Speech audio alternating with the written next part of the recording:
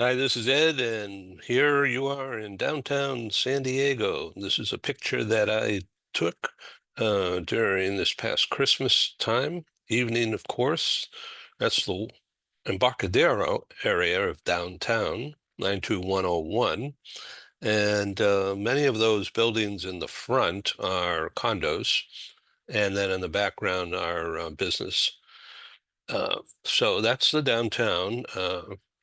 Just behind is and off to my no, that way is Little Italy, and just beyond there is San Diego Airport, and to the right, well, that way um, is Seaport Village, and it's this beautiful area.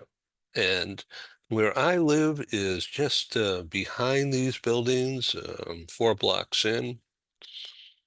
It's called State Street. It's a good place.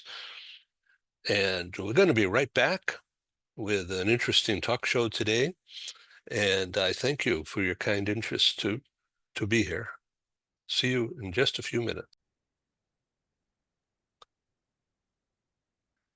Welcome back to Global TV Talk Show. So I'm here. This is a picture I took last Christmas time. That's downtown San Diego right behind me. And that's the Embarcadero. And yeah, I'll get out of the way here so you can see the big sailboat there is right in the middle. That's called the Star of India. And it doesn't sail much anymore because it's like 100 years old. So it's just there as a museum piece. It's part of the Maritime Museum that Joe and I are a member of. And so we hang out down there a lot. And that's where there's some good bars are right next door. So that's the real reason. Welcome. This is the launch of a new series. It's just a continuation of what we've already been doing, but I'm branding the different subject matter to try to increase the audience on subject matter and go forward. It's all into one pot, of course, but by branding a weekly program. It could be for one person besides me, or it could be for 5 or 6 or more. I'm calling it Speakeasy because that's going back to Prohibition times. That was a cool name and sexy and attractive to a lot of people. So Speakeasy for this purpose is speak and then capital E dash Z. That'll be the brand. And the idea is, can you tell a story? Can you tell a story about your company, your brand, the brand culture, the activities that go on in the company, and can you express yourself very clearly and succinctly about how your brand has actually helped someone do good?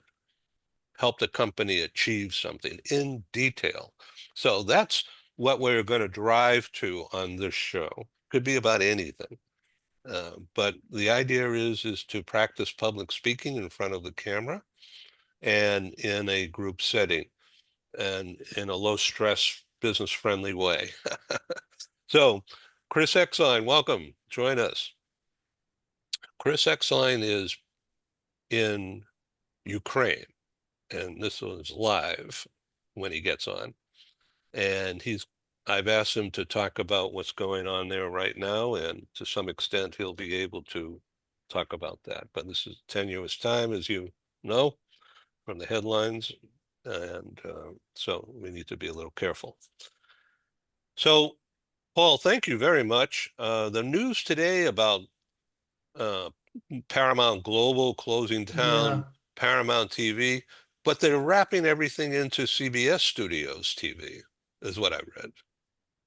Yeah, me too. I worked there for about a little over 7 years, and then I went to Nickelodeon, the sister company. So I was with them for about a decade. But to see that happening just breaks my heart. Paramount, talk about brands. I mean, the company's been around 100 and probably 10 or 15 years. And Yeah, good old Mr. Zucker. You're right, Ed. And Uh, the funny thing is that, they were primarily always motion picture and television. And so for them to say now they're basically exiting the TV production business, they're moving everything off the lot in Hollywood, moving it over to the CBS studios. It's just a consolidation issue, I'm sure, but it brings with it about 2,000 layoffs. So Wow. again, it's really tough because people in the entertainment space, it's almost like when you're playing the game, where you walk around the table and when the music stops, you run in a chair and you get in a chair, whatever that game is called. Musical And chairs. musical musical chairs. chair. Thanks, That's Ken. a See, Ken bails me out. But the reality is, it's Reise hard. nach Jerusalem in German, Paul. Oh, is that what it is? Yeah, Interesting, the Christian. And journey to Jerusalem. I didn't realize that. Okay, Yeah. that's good. And the funny thing is, though, it's like there's no more chairs at the table. So it's hard for people in that industry. And in Southern California, it's probably, historically the 800-pound gorilla. I mean, it was the Yes. biggest industry in Southern California. So Fox is now gone. They were kind of consumed by Disney. Paramount will probably be sold off in little pieces. Hopefully, they'll keep most of it together, but they'll start consolidating things under different brands. In this case, the CBS brand and the CBS sound stages. But it is really sad to see. so a lot of money involved. It's huge. Yeah, a lot of money, but it's not necessarily going north is the problem, that it's going south. What was happening, and I was there from, trying to think, 98 to 2008. So my decade there was now a while ago. But we can see it even then. After the turn of the new century, we were really looking at everything being swallowed up by the internet, and they couldn't figure out how to monetize those new streams. So even the Paramount Plus and these types of things, they're against such big competitors, even Paramount and CBS. When you're looking at Disney and you're looking at Netflix and these other monsters out there, it's really, really hard to find your footing. But again, there's a difference between the revenue and the profit. They have the revenue coming in, it's not necessarily translating into profit. And for that reason, they have to keep making headcount reductions and consolidating. And that's been the formula now for 20 years. I worked at Viacom for those 10 years. I was laid off in 2008.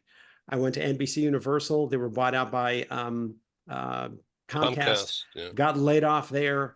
I mean, I went to Time Warner Cable. I was there for about 3 years, and then they split off from Time Warner Inc., got laid off there. I mean, it's constantly, it's just been a fight. It's been a fight to stay in that business. It's been really hard. And so I had healthcare in my background. And in my last job, where I worked from 2017 to 2022, I moved more to a healthcare organization that was tied to the entertainment industry. But healthcare is where you have the job security. Entertainment, unfortunately, just isn't there anymore. So again, it's a little bit of a heartbreak. It was such a special place at the time that I worked there, and just to see this happening, yeah, sad. No, thank you. Okay, this is Speakeasy, broadcast unit of Global Business News .net, and globalbusinessnews.net is like a holding company that I happen to own and operate totally. That means I have all the debts too. It's just not cash flow. So that's why my hand is out to everybody. It's buy an ad, become a sponsor, join the club, the Global Press Club, I'm calling it, and we'll play media. So Chris Exline, thank you so much for being on the program again. The latest pictures that you displayed in that story that I read this morning, earlier this morning, my morning, was really heartwarming. Do you have those pictures available to show on my screen share? Or if you don't want to do that, that's okay. Oh, Just talk I about don't it. I don't have a problem, but you saw that I had to I had so many issues trying to sign on. I didn't Yeah, know that yeah. I had to agree to it being recorded, so to action the audio. And so how do you I've got the photos. Where how do I screen share them with you? I'm not a tech, so I may be opening up a can of worms here. There you And go. so you can just describe, and then I'll publish them at another time. Um, Okay. Well, I yeah, mean, yeah, they're on my Facebook and LinkedIn page and things yeah. like that. I don't know how to, and I don't want to waste everybody's time with me having on the job training, learning how to, send photos of children. But it's been it's been extraordinary. you know, like the one that you saw this morning, where we had gone to a village where, you know, they've just been forgotten. Nobody ever goes there. And it's a hamlet of 100 people or hundreds of people.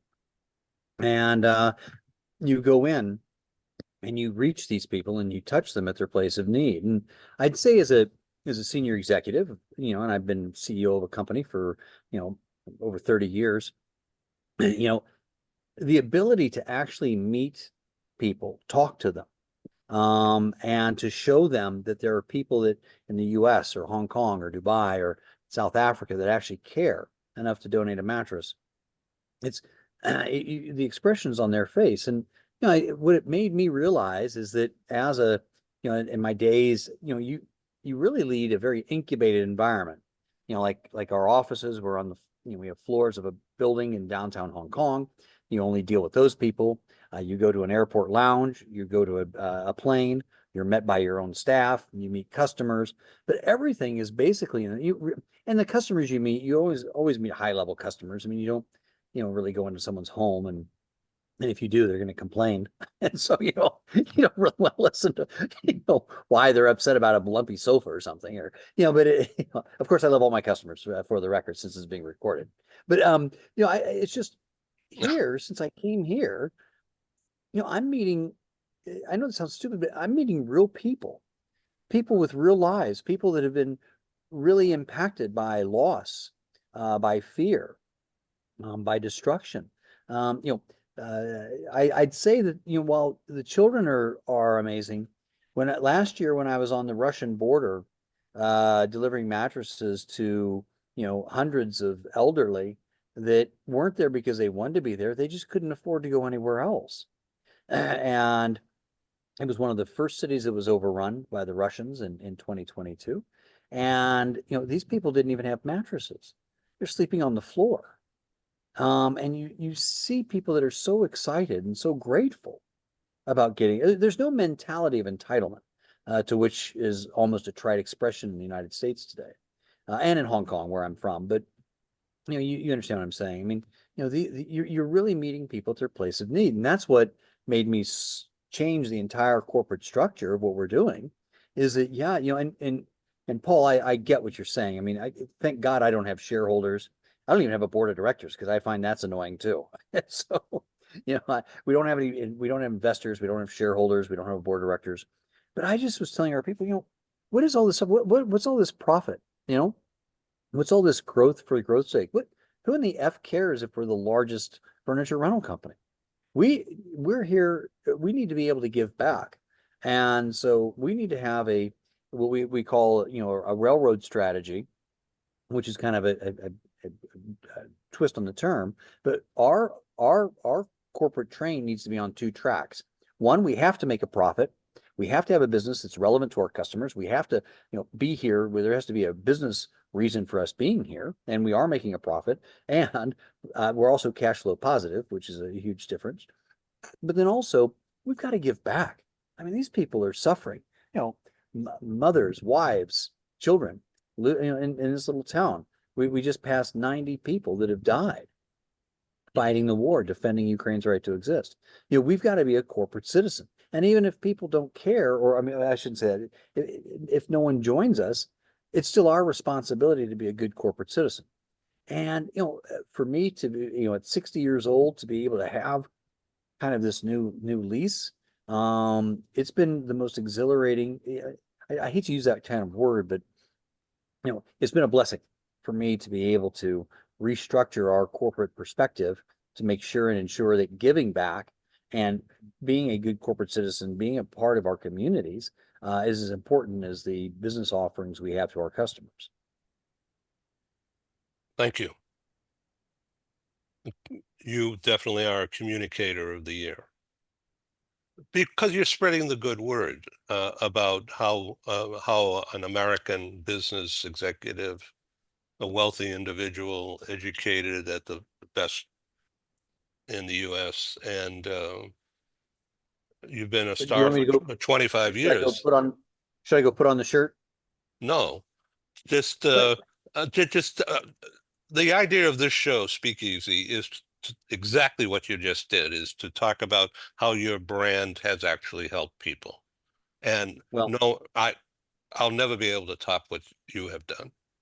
but it's not about that. And see, I tell everybody this, we're all on our own journey. And I'm extremely blessed that I have the ability to do this. I mean, remember, if I had shareholders, if I had debt, or if I had board of directors or all these other things, to tell them that I'm going to go to Ukraine and open up a business in a time of war without insurance, it would be very difficult. And also, I'm in a rare space that I can go to a place that's at war and not worry about cash flow, not worry about if we hit revenue targets, not worry about our profitability. So not everyone can do that. So you don't sit there and make myself above anybody else. So Ed, what you're doing tops what I'm doing all the time, and what everybody's doing tops what I'm doing all the time. I just tell my staff and my people two things.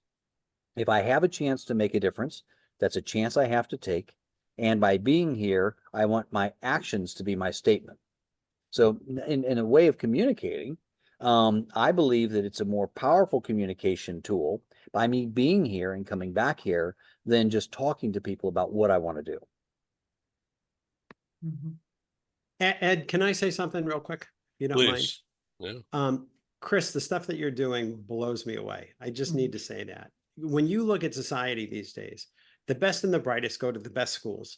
And what they do is they come out and they go into the big four accounting firms or the big three management consulting firms, or they go into private equity. They go to Wall Street, whatever it happens to be. But they're not making the world a better place. And you are, my friend. It is just amazing to me that you took it upon yourself to build your business there in the time of need like no other we've seen in a very long time on this planet. And you're there and you're making the world different. And how many times we see people following tracks without really thinking through, I just need to make more money. I just need to have more power. When in reality, you set the tone for the rest of us.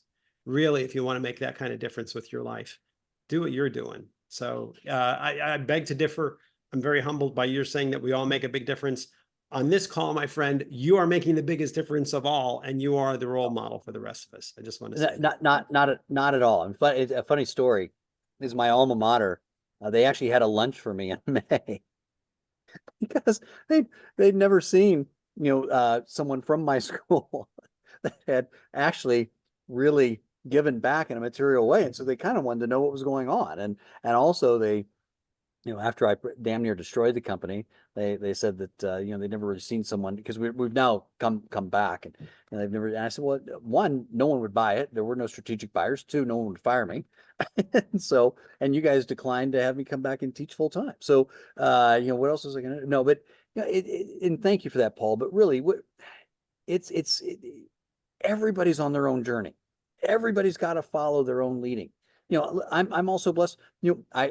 I have a different type of family life than most everybody else, but the support that I get from him in Hong Kong is absolutely unbelievable.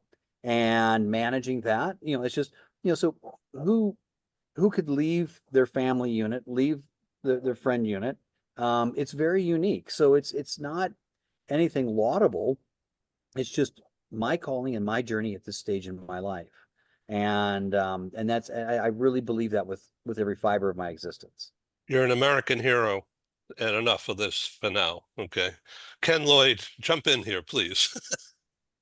My feeling is that the message that Chris is presenting to us, and it is laudable. It's highly laudable, Chris.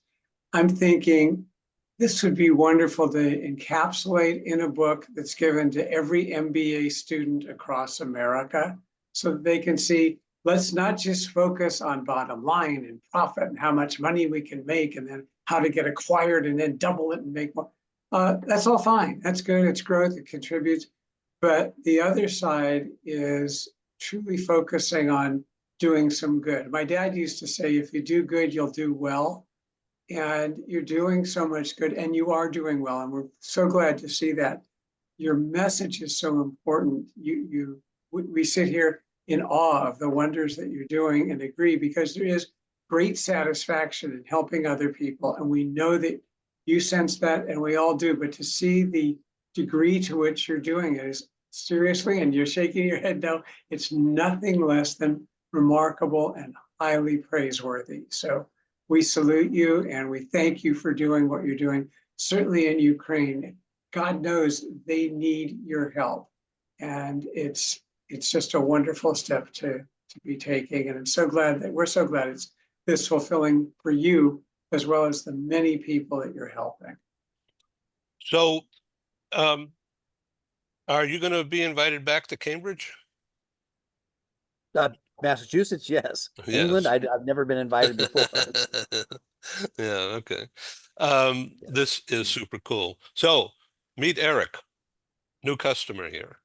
Welcome. And thank you, Christian, for the intro. So, Eric, tell us about yourself. You're looking for a new investment now, is that it? Investment or investment in job opportunities.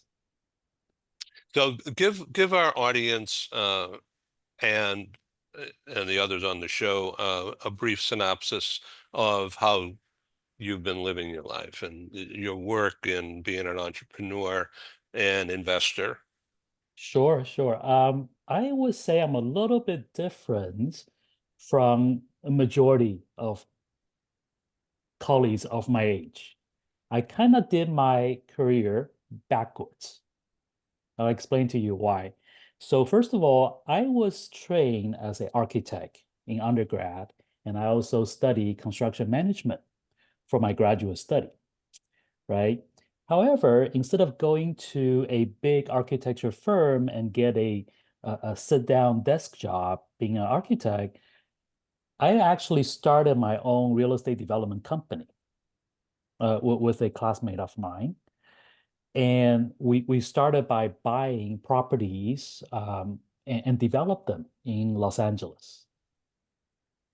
So I did that for 10 years. And then I sold the company, sold the business in 2013, and then joined another tech company here in the Bay Area in Silicon Valley, who they focus on developing automated software and also modular components for hospital building, right? And then I start going to China, doing a lot of business development. And then throughout this experience, I started to really enjoy a very specific aspect of project is that how to use data, how to use operational intelligence and use computer model to improve the outcome of project delivery. And I'm actually speaking of what I call essential resources inside a healthcare project or inside a complex commercial project. The essential resources are typically spaces, your expensive equipment, your staffing, and your capital budget. So this is actually what I'm mostly focusing on now is how to help complex projects to optimize these essential resources in their development. So that's my brief story. But you're not working for a consulting company either. You're working on hospitals, so there's definitely some good for the public. I hope so. I hope so because because like I explained the real estate development experience, I was mostly in the healthcare facility area projects, and I come to realize that most of the healthcare facility that we see out there today, their spaces, their operation, they don't match. So you hear we complain about healthcare projects are so expensive into the billions. You hear that we have a shortage in medical staffing, the operational efficiency is low. You know what? A lot of it has to do with the wrong programming from day one. They just didn't get the space, they didn't get the medical equipment, they didn't get the staffing correctly. That's why the wrong mix, the wrong proportion makes the operation so difficult. So And when you're that's talking about, let's just, if I can play dummy for a second, okay? So, which is easy, but you're talking about a structure, a building that houses operating room, surgical units, IC units, the equipment, the purification of the air system to keep a hospital disease-free. I don't know if that's possible, but so you're talking about those things? Yes. So you are correct because my background as a architect and builder, initially I focused on the building, but as I dig deeper into the problem, you start to realize the building in healthcare, especially, is tied to the operations. They are one and together. In healthcare, you cannot operate without the spaces or the equipment, right? So the moment you think about buildings, at the same time, you're actually also thinking about their physical operations. Does that make sense? Yeah, well, you're saying it really clearly. I have to tell you, I've never thought about all that ever. Yeah, healthcare is a very interesting industry that we always think that building is a separate issue, facility is a separate issue. But when you look at healthcare, you cannot operate without a proper space. You cannot operate without a proper equipment or staffing. That's why I said the operation and all those essential resources, they are just tight.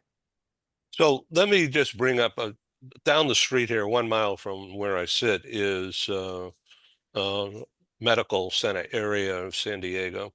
And it's University of California, UC Health, okay, which is it's owned by the state, and it's like asset rich, billions in endowment. Money's not an object. So what they're doing is tearing down a 50-year-old, 60-year-old structure, which has had internal sections modernized. I happen to know, and I'll get to that in just a second about that. But they're going to tear it down and take down neighboring structures that the state owns or the hospital owns, and just knock all these buildings down in this area. Uh, it's called Hillcrest, and then they're going to rebuild this huge medical center, state of the art. So that is what you're saying.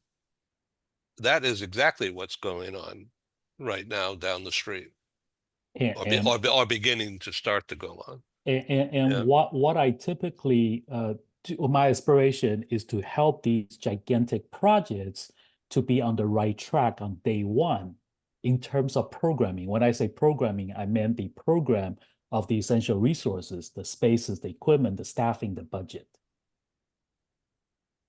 So Joanne, who's my live-in partner and fiance for 27 years. We've each been married before and it didn't work, so we decided not to be legal. So we're living in sin for 27 years, and it's working. We're still together.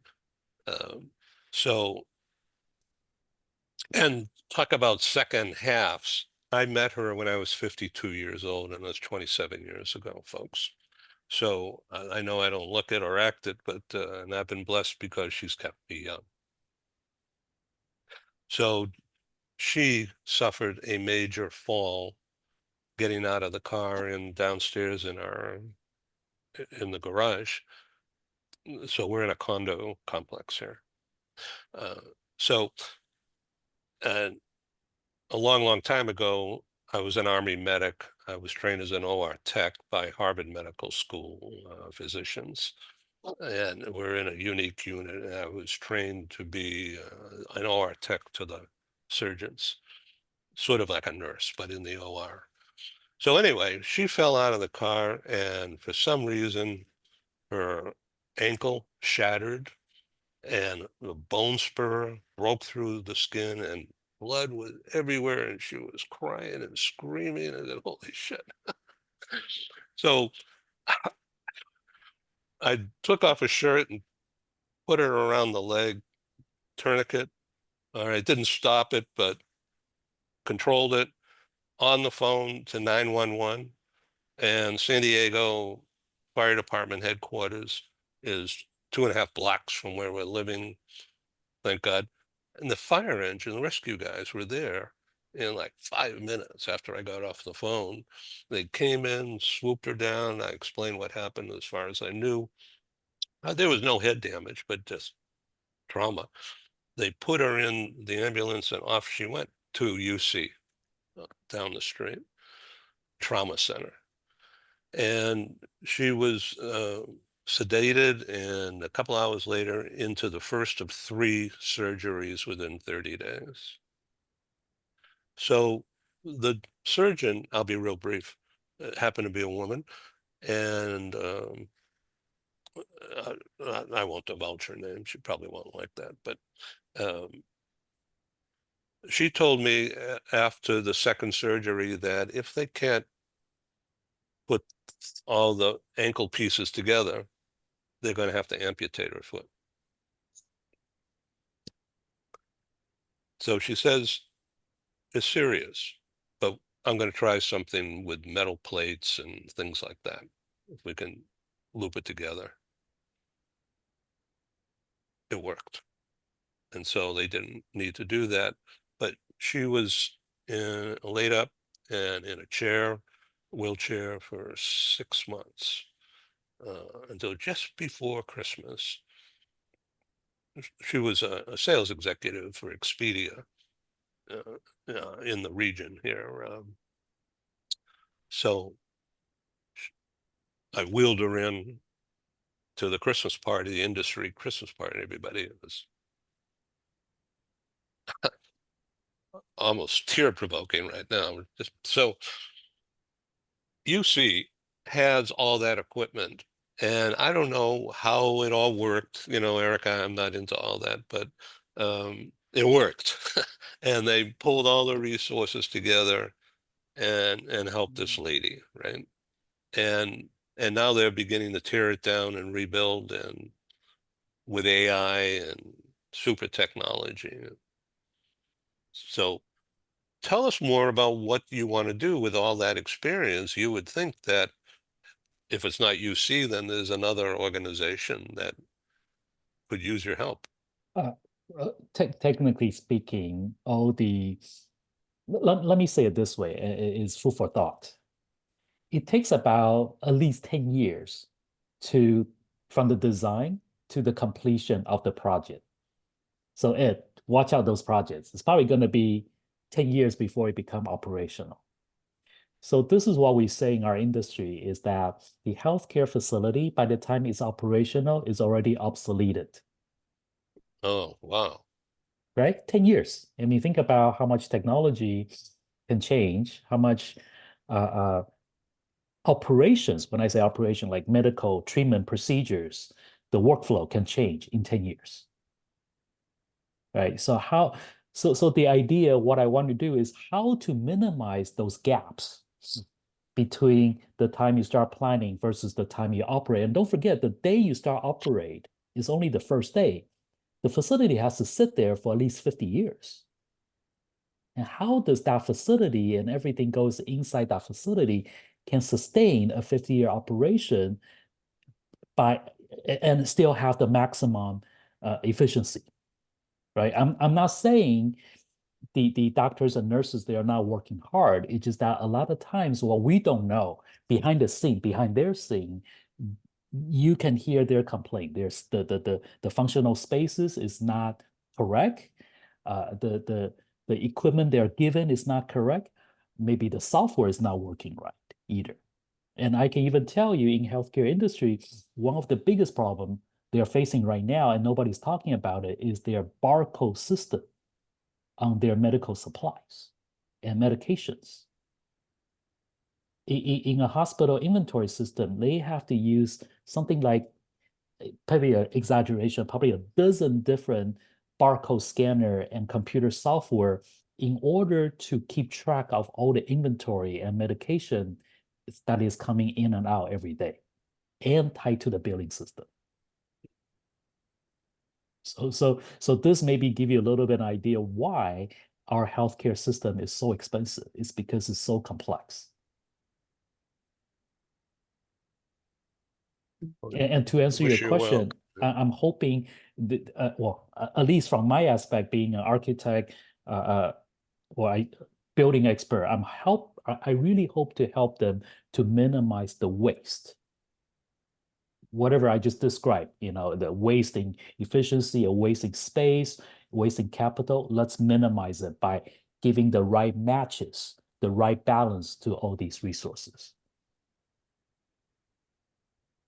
I hope that makes sense. Yeah, I heard all your words, and they're floating down on me.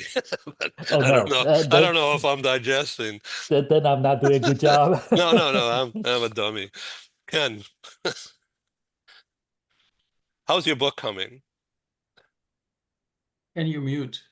Oh yeah, you're muted. Ken Lloyd, unmute. Talk about tech. There he is. No. Here we Yeah. go. Yeah, Okay, there you all are. I had there was an hourglass, so the computer was taking its time and thinking about it, whether it really wanted me to unmute or not. Yeah, I used to consult in healthcare, and certainly from the layman side, looking at the integration of technology, architecture, and providing medical services that are actually current and state of the art. And I can see just what you're saying. By the time you really get the doors open, a lot has happened. Think about how much is going to happen with AI and medicine over the next 10 years. And it's just going to be a very, very different world. You see it in so many of these specialties, obviously not in the procedures, but even to some degree in that sense, but certainly in all of the management, the reviews, the analysis of records, scanning and reading x-rays and so forth. So it's just, I'm sure in the approach, you have to be extremely forward looking as you pursue these. But it's quite an integration. I think we all, as we look at our futures and the work that we're doing down the road, to project how are today's changes going to be impacting them, and how long will it take to bring our projects to fruition. And 10 years is really quite a spread. But even the projects that we're working on can sometimes fan out over years by the time we're really in shape and have it operational. It's a very interesting perspective and very informative and helpful, Eric, and we thank you for that. So, Christian, one of your daughters, your youngest daughter, is interested in healthcare. Is that right? No, fashion. Oh, None of them are fashion. interested in healthcare. All right, I got a background. Okay. Well, tell us about her. Okay. So my younger daughter, Angelica, is interested in fashion merchandising. She is going to be a sophomore in 2 weeks from now. And she's, ever since she was 2 years old, she was into bags. She would scoot around and just drag a bag behind her. And she's fascinated with purses. And this has just been kind of a lifelong 15 track also. And I just look at this group here, and I think it's fascinating how everybody is doing something really interesting, or several different interesting things at the same time in their field. And everybody seems to have found their calling or their vocation. Paul, you said how many times you were unemployed. I'm unemployed. As far as I know, Eric, you're still unemployed. And we're looking for the next opportunity. And of course, my daughters, both of them, are seeing this every day. I'm at home, and they're very much listening to what I'm talking about, or what I'm telling, what I'm sharing about who I'm meeting. And Natalie, my older one, was in a show with you, Ed, and with Ken. Enjoyed that very much. So it's interesting how we're all doing what we love or what we found. Of course, Chris, yours is the most extreme and the most laudable in my book as well. So, are you entrepreneurial sufficiently to start from scratch and form a company with me or with Chris Exline or what? I would form a company with a lot of people, because I'm that's a bit of the obstacle. I'm not very entrepreneurial, but I come to the realization that this is probably the best way forward for me right now. And listening to Eric, how he's already sold a company. Yeah, it's and I think every one of you, has at least one company. I'm kind of the odd man out here, so maybe just for that reason alone, I should start. Well, here's Mark Colo, who's there with his brother and ostrich eggs and some- Dodo.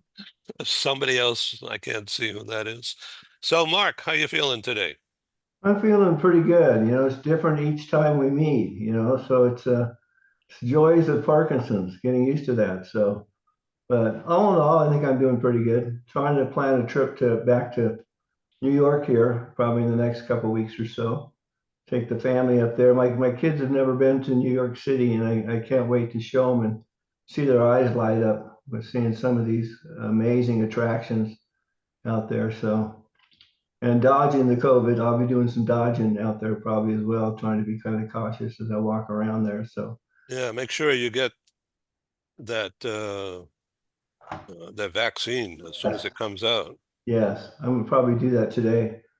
The pharmacist that I deal with at CVS here said that it's not going to be available till after Labor Day. Oh, wow. Okay. Yeah, yeah, We might just be up there before that, so I'll just have to be yeah, careful. yeah. Okay. Yeah, it's going around. It hasn't hit us yet, but anyway, when you're in New York City, take time to take a boat cruise around Manhattan A Island. boat cruise. So somebody told me that. Yeah, it's great. And Okay. yeah, and but don't do it on a rainy day. You got to be up top on the top deck, Yeah. and look at the buildings. And I guess that holds true with the double-decker buses too, right? Those are kind of fun to ride on. So yeah, yeah, but the boat cruise would be better. I think we'll do. I'll plan on doing that. Yeah. Thank you for the tip. Yeah, you bet. Yeah. So, what's the name of that new develop Hudson Yards? Hudson Yards. So they the city, the investors, I don't know who they were, rich people for sure, because it's huge. Yeah. They built a whole new city on top of railroad tracks, and the railroad tracks were on top of the entrance to the Lincoln Tunnel, which goes Wow. from Manhattan into New Jersey and vice versa. Uh, and that was really an eyesore. And then they built this whole new city on Wow. top, on a platform on top of all of that, and up Amazing. from there. And that's the location that I'm targeting for my next New York City meeting Oh, good. in November. Good. I'm in early negotiations with somebody to be my host sponsor. What day in November, Ed? November 21 is the day. Okay. Yeah, a week before Thanksgiving. I'll try to find another excuse to Yeah, get up there. yeah, yeah. So, um, so I thank you for being here, Mark. Meet Eric Shen and Ken Lloyd. I think you met before, Yeah. He was on the and last, was he on the Nice to last see you, call? Mark. Yeah, yeah, Kenny, good to see you again. yeah.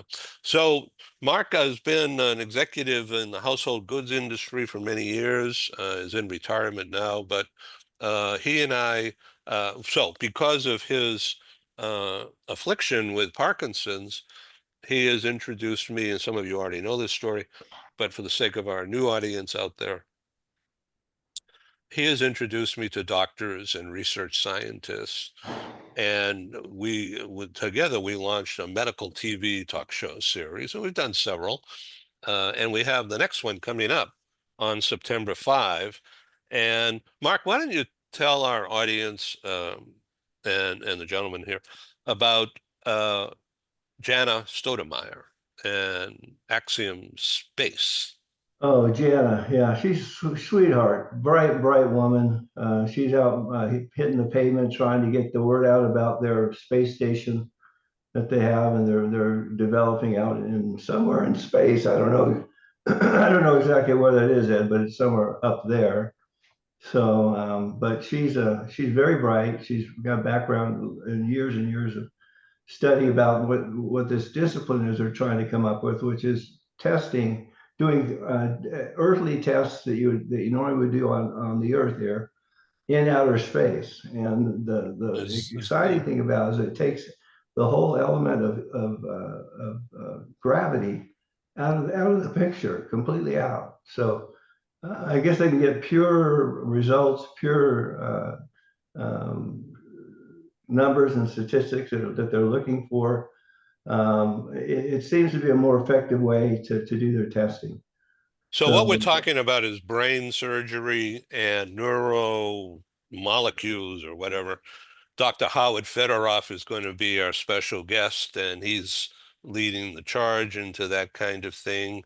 And I've invited Dr. Paula Crisanti, who's CEO of the National Stem Cell Foundation, to also join us, but haven't heard back from her yet. So Axiom Space, which is Houston, is based at the Houston Space Center, south of Houston, and Jana is La Jolla, San Diego, down the street here, and she's a vice president, and the company Axiom is building a space station to replace the old one that's up there now, that those two astronauts are stuck on, I guess, for some reason right now. But the new space station is scheduled to be launched sometime during 2025. Yeah. And they're going to have, and so they're selling space on it, almost like a condo thing. And so they're doing the medical research, brain research, because as Dr. Howard Fedoroff explained the last time he was on our program, the immune systems, even in the brain, not to mention the body, fight off the help. In addition to fighting off disease, they fight off inbound injections because they don't know that it's good for the patient. And so that has to go through this whole process, and I can't describe it. But Jana could. Jana will describe it. What it does is the human body has a way of determining if something is good or not always completely accurate, but it can tell if something foreign substance goes into the body. Oh, this is not part of what it should be in here, so we're gonna eradicate it, get rid of it. It's just like when I take my meds. I take meds about 6 or 7 times a day, and I got a little alarm goes off, reminds me to take my pills. And I do that, and probably less than maybe 10, 15 minutes, maybe a half an hour at the most, my body starts to shake. It starts to get more convulsive. My body is trying to fight this foreign substance and get rid of it. When of course it's meant to be good for you and help you heal and improve it. But that's just the way the human body works. So it's kind of really, it doesn't make sense, but the body thinks it knows what it's doing. So Eric, does this kind of medical research figure into what you used to do? Probably less so, because what Mark is talking about is more directly to the treatment, the clinical aspect, whereas, like you did point it out, is more related to the physical spaces, the physical environment. Interesting. Yeah. I'm running out of questions. Paul, well, the thing you about must have a Howard, question. I'll ad lib a little bit here for you, but the thing about Howard is that you really got to, if you haven't met him yet, you should make the time to meet him. He's a brilliant, brilliant man. He graduated from Albert Einstein University in New York City, and I couldn't qualify to get in there. I'm certain of that. But his right-hand man, that I relocated from Georgetown University out here to UC Irvine in Southern California. His right-hand man is named Massimo Fiandaca, and they worked together for many years on different projects trying to find cures. And I asked him one time, Massimo, he goes by Mass. I said, Mass, how smart is Howard? Because he'd worked with him for years and years. And he didn't hesitate. He just said, you know, Mark, Howard is the most brilliant man I've ever spoken to. And that says a lot coming from a 25-year veteran in neurosurgery. That's what Mass did for most of his career. So just to listen to him talk, I mean, I get about maybe 5% of it. The rest of it just goes right over my head. But brilliant, brilliant man. So, So but the thing he's doing now, Ed, which is exciting, is he's starting, I think it's his third or fourth startup company to find yeah, a cure. bio something, right? Kentai Therapeutics. It's Yeah, Kentai. yeah. And it's a group of VC, venture capitalists, who are committed to finding cures and finding new drugs and new uh, things for the medical field. And Howard's come up with a way, he thinks he's come up with a solution to providing, it's practically providing over the counter. He wants to get it to the point where it's almost over the counter accessible, where he's got it all approved. He's got it working, approved by the FDA.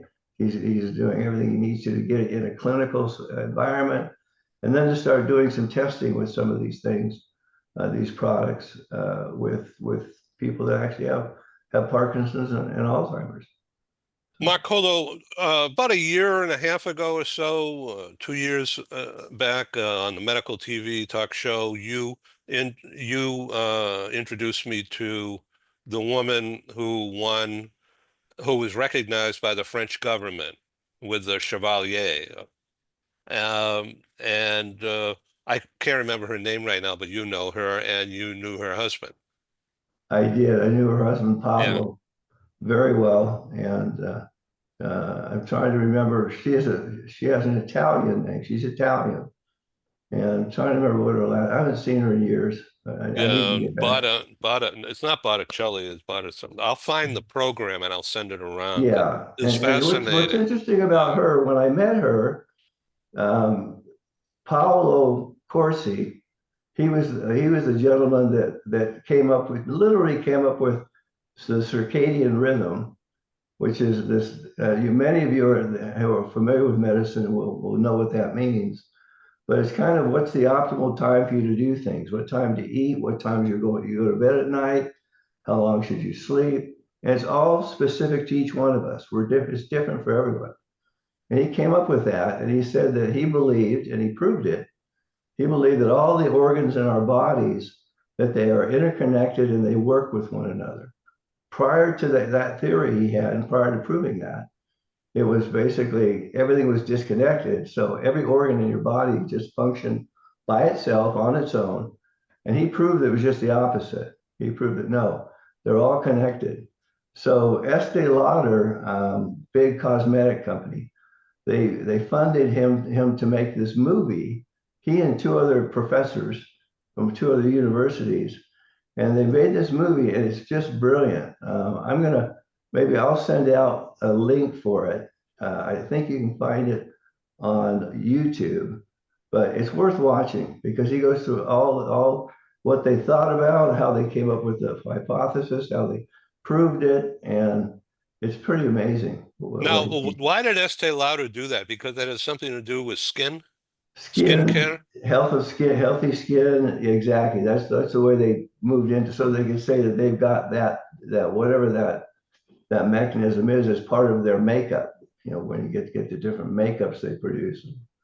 I don't know. But he. Long story short, he and Estee Lauder are really close. They're just close to each other, and they do a lot of work together. Fascinating. Yeah. So, Paul Falcone, what can you tell aspiring authors about authoring? You do it. I mean, talk about circadian rhythm. There must be a circadian rhythm for you to publish so many books. Yeah, I don't sleep. There's my circadian. No, I'm kidding. I'm kidding. No, but Ken and I know each other through the publishing space too. And you know, Ed, there's so much out there. There's always been historically the 5 big publishing houses, and now there's a 6th with Amazon. Amazon's volume of publishing self-published books now competes with the biggest that are out there. So, you know, it all depends what people want to do. Most people that I've come across in business want to quote unquote write a book to help their business have a greater level of legitimacy. If that's really what your goal is and you want to put together your strategies of how you do your business, I think self-publishing makes a lot of sense. I was just really fortunate. For me, when I started writing in the 90s, in the mid 90s, I stumbled across the American Management Association and I published several articles with their magazine, knowing that they had a book publishing sister division. And I asked my contact, could you pitch a book idea? And that worked. And I never looked back. So number 17 just came out in May. The AMA's book publishing division was called Amacom Books. In 2018, it was purchased by HarperCollins. HarperCollins made a new imprint called HarperCollins Leadership. So I've now written 7 books for them. So it was 10 with the AMA, 7 with HarperCollins. And to me, I was just kind of lucky, to tell you the truth. I don't sit back and say, oh, I have this strategy. But I will tell you this.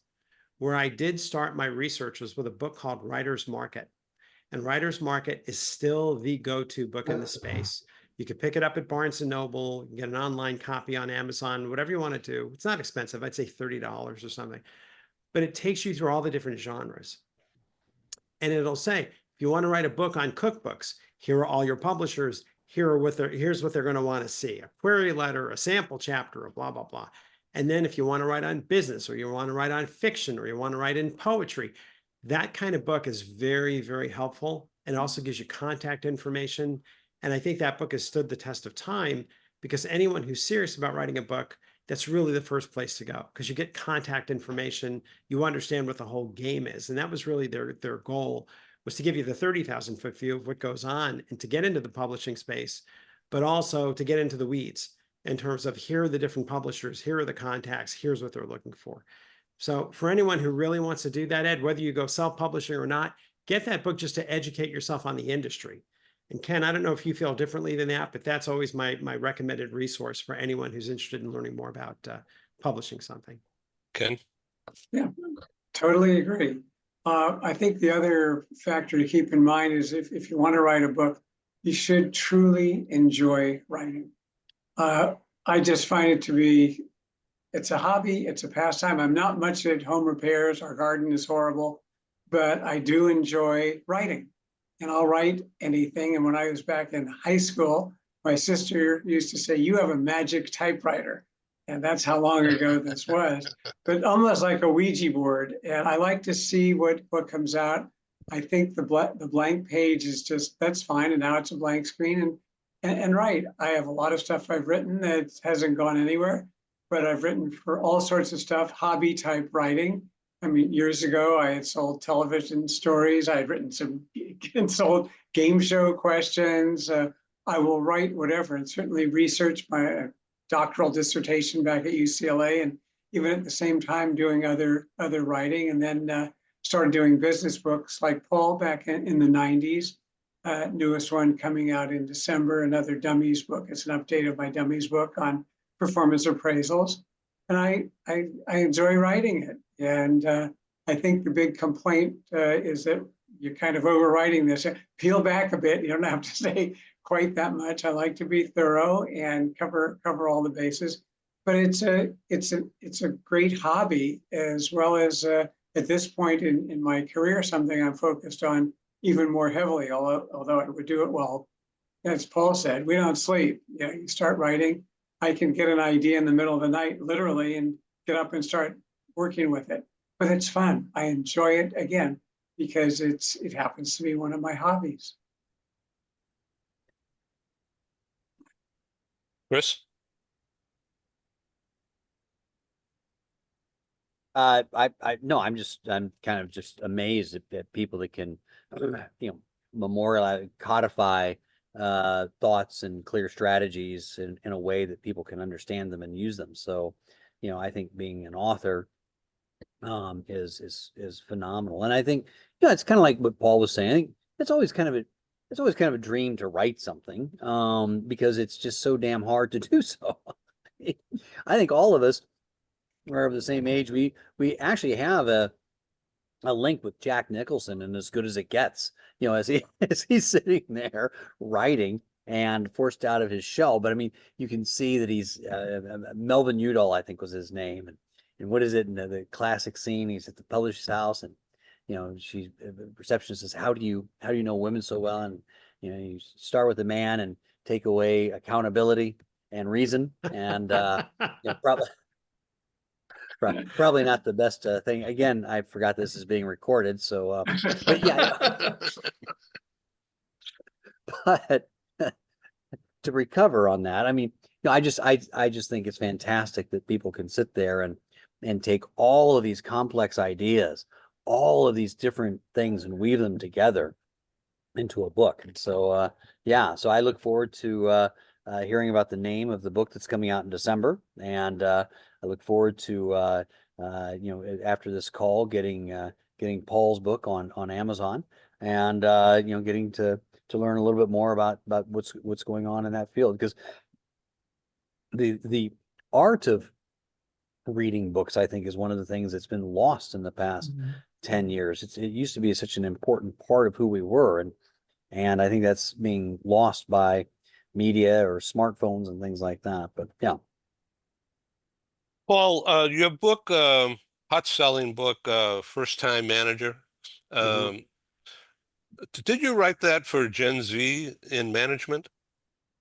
In a way, Ed, yeah, it really is written for either people who are new to management, people who've been in management for a while but want to go back to the foundations and make sure they didn't miss anything, or what I call like the high potentials emerging leaders who want to get into management. So it kind of fits everything right around that baseline. When you think of the pyramid, that bottom baseline is where most of the reader's eyeballs are going to be. And that's kind of what I've always written for. That made most sense to me. And Chris, to your point, I appreciate how you said that. I always say, if you're looking to kind of like get back into your circadian rhythm, just pick up one of my books. You'll be asleep so fast at night, you won't know it hit you. No, I'm kidding. But the reality, Ed, to your point is, yeah, Ken, like you, I could wake up at 3 o'clock in the morning with an idea, and that's it. I'm up for the night, and I'm writing just on that idea. I'm not handy. I don't do gardening, but I love to write. It's my hobby, and it's something that allows this creative thing to come out. But the reality is, not everybody enjoys writing. My wife is like, I'd rather stick needles in my eye. It takes me back to high school. I don't want to do it if I don't have to.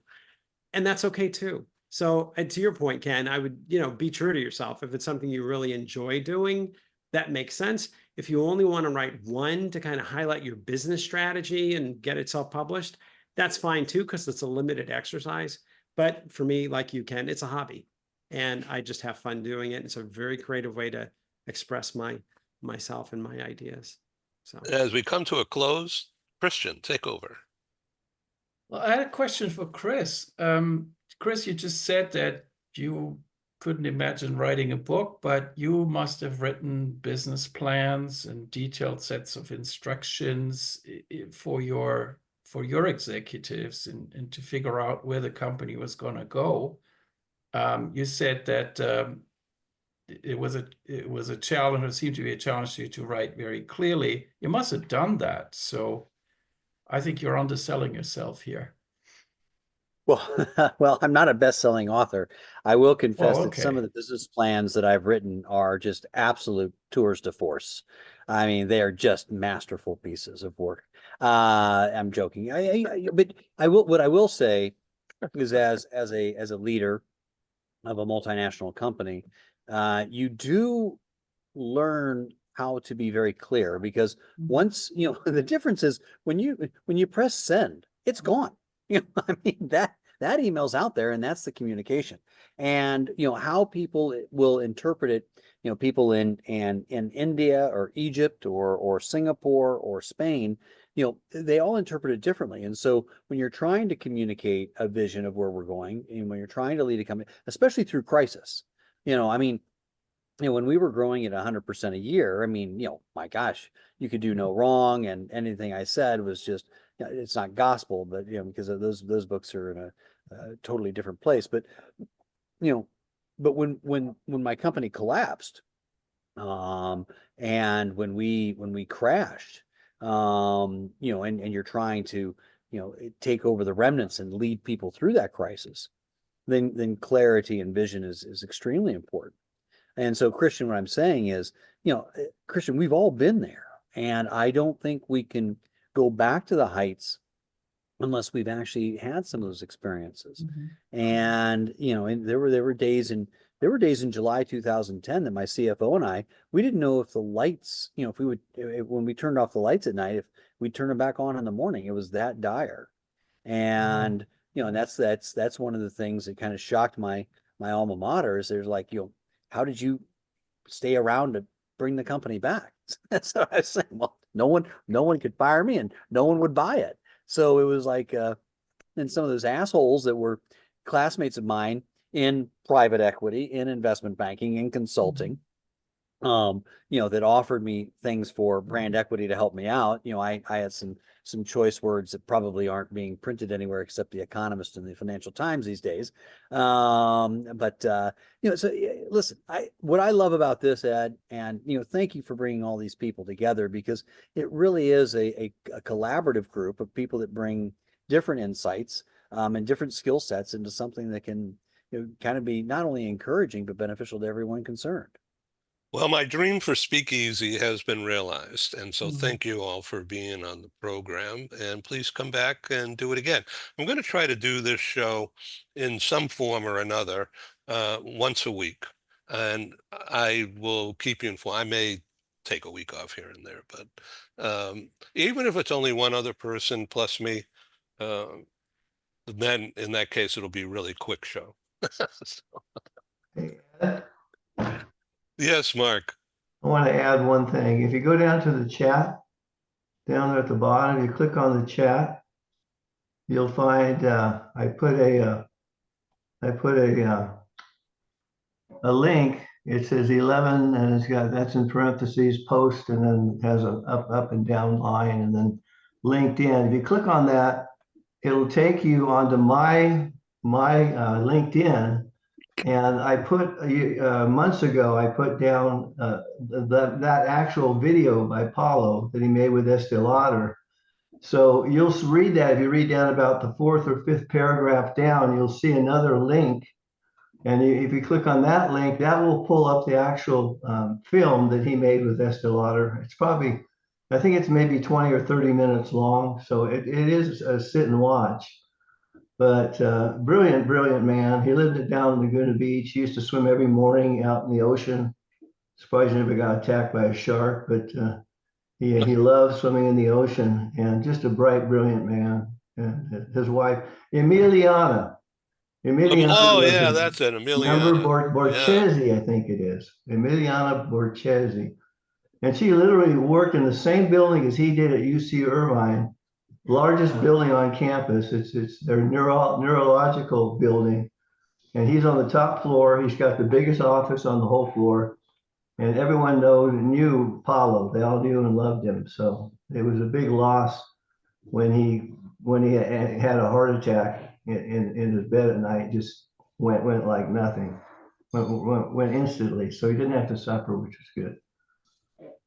So tomorrow we have a program that I'm launching. We've done several of these with authors, as Paul knows, of course, and as Ken and others know, and our friend Stephen and Ali. It's called Book Report. Duh.